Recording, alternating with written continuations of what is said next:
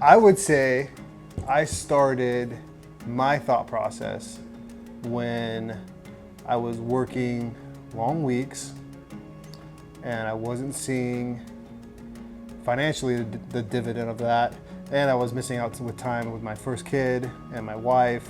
At least that's when I came to you, was when I was pretty done. Yeah, you called me out of the blue and we went and sat at Shea Root, and you told me you had this wild ass idea. And then you're like, yeah, I'll call you when I'm ready to do it. This is like a 3-year plan in the making. And then you called me like a year later and I met you at your house. We had a beer, we talked about it again.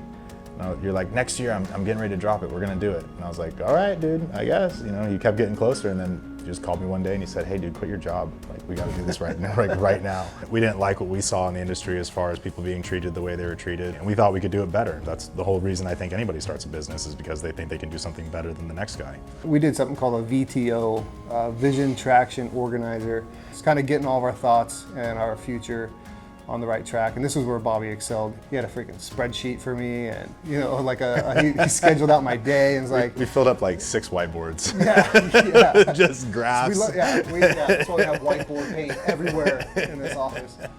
And we sat down and we're like, okay, what's our goal? Like, is it financial freedom? Is it culture? Is it employee satisfaction, what goes into the culture? Is it customer experience?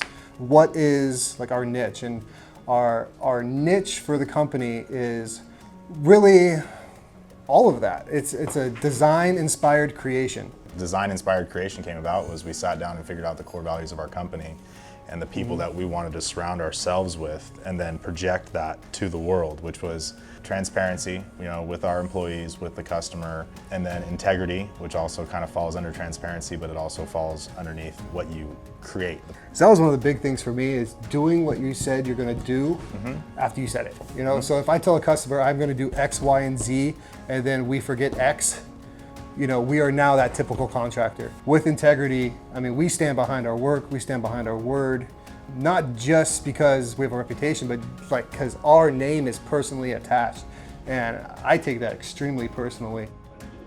Craftsmanship, we really care about what things look like in the end. If a project is cool enough, like, we'll do whatever we can to be a part of that project. The last core value, which is my favorite personally, and I think it's one that resonates with me the most, and it kind of ties into what we talked about too, like we didn't know who we were and we're learning that, but it's humility.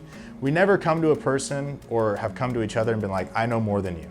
And it's funny because I remember we were talking about this in church, humility, in our small group, and I had a grasp of what it was, but I never really understood the personal sacrifices it takes to actually have acting humility, like in a day-to-day system. Sacrificing my time, money, effort, thoughts, achievements, just so many different things that I sacrifice for Bobby, I sacrifice for my kids, my wife, my community. But when we first start anything, you're kind of taking anything thrown your way. We had no marketing plan, we had no attack. We're basically word of mouth and what we had out there on Facebook. There was like no security in a lot of things. And so we just took everything we could get. And with that, there's no ceiling, because design-inspired creation can be a lot of things. It's so open-ended that I loved it, because we went into like just our lives, we went into our customers and their vision for the renovations and their home transformations, and then we go into the architectural and interior design aspect, and how everything we touch just has so much thought, so much design, so much creativity to bring these customers' visions to life. The excessive depth that we go to, we're heads and shoulders above 90% of the other contractors. Everything we do here is to make sure the customer knows what they're receiving and that we know what we're doing, so that way there's no gray area when we come in to do work for a customer. And there's no gray area for our guys in the field when they wake up in the morning to come to work. They're not worried, they're not concerned.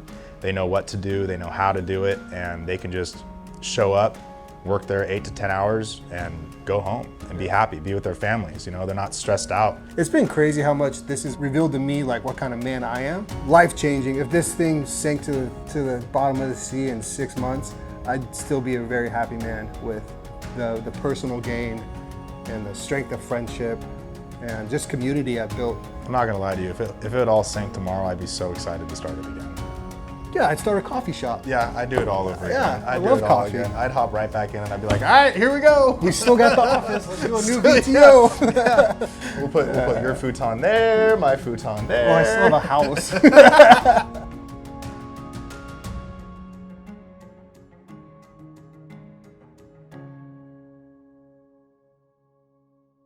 Okay, fine. I'll live here.